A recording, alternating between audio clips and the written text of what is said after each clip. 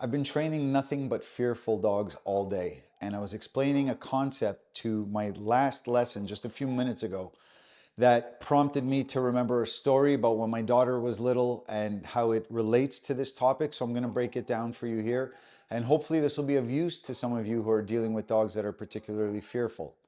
As dog trainers, we have to know what tools and what methods to employ for our dogs at any given juncture and for our goals. And to utilize control tactics when we're dealing with fear can be useful at times, and sometimes it's the smartest, safest route. But ultimately, and this is what's going to separate trainers from high-level trainers, if instead of simply controlling the dog, I can begin to manipulate the emotion of the dog, the emotional state of the dog, how the dog relates to what it perceived as something worthy of being fearful of, I can then have a situation where I may not need to employ any control methods later on. So what that means is if I can eliminate the concept of this X, whatever it might be, being a threat in the dog's mind, then job done. So what I did with my daughter when she was young, I'm diabetic and I go a couple times a year for a blood test. And I think she was about 10 or 11, and she was pretty squeamish as a little kid, didn't like the sight of blood.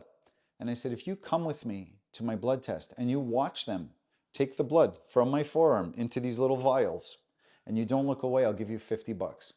So she grudgingly came along and she really wanted the money. She did not look away. Full credit to her, that little kid, she didn't look away. Okay, and she got her 50 bucks. And then we left and I probably went to a coffee shop and got a coffee and bought her one of these ridiculously priced little cake pops or whatever. But the point was, we wrapped up the unpleasantness of the blood test in a nice little ribbon of 50 bucks and cake pops. And then she came with me a couple more times. And then fast forward now, a year or two later, I'm sitting in my office and she comes into my room. Dad, when's your next blood test? And it's almost like she's rubbing her greedy little paws together. We're done. My job is done. You don't relate to blood anymore the way you used to. You don't love it, but you're not running away from it and you're not worried about passing out at the sight of it. So if we can do that with our dogs, that's really powerful.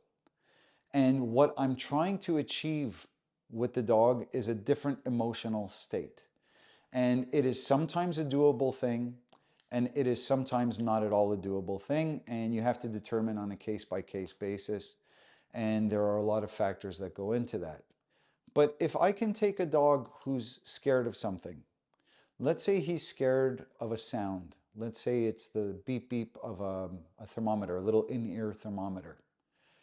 And I can start to feed the dog little pieces of bacon.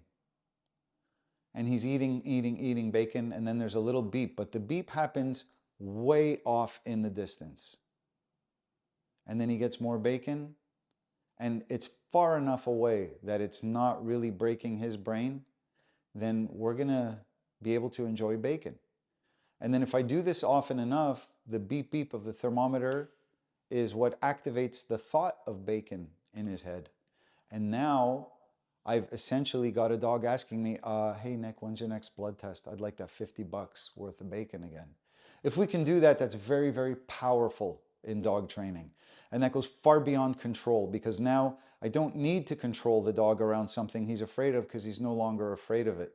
Now I might need to control him around it because he's running to it all the time. That's a happy problem, right? In dog training, we tend to have our scary problems, our scary distractions, and our happy problems or our happy distractions. And I will gladly, every day of the week, trade a scary for a happy if I can create that experience for a dog, because it's a lighter, lesser load for the dog to carry. And by virtue of that, it's also a much easier issue for the owner to deal with. So keep that in mind. Those blood tests bring 50 bucks instead of you passing out on the floor. Now I love going to blood tests. Well, if the scary thing brings bacon or whatever it is your dog enjoys, a game of tug of war, anything that the dog just says, yes, this is my happy place, and we know how to drive it systematically, the dog is actually going to enjoy the scenario that it would have run from previously.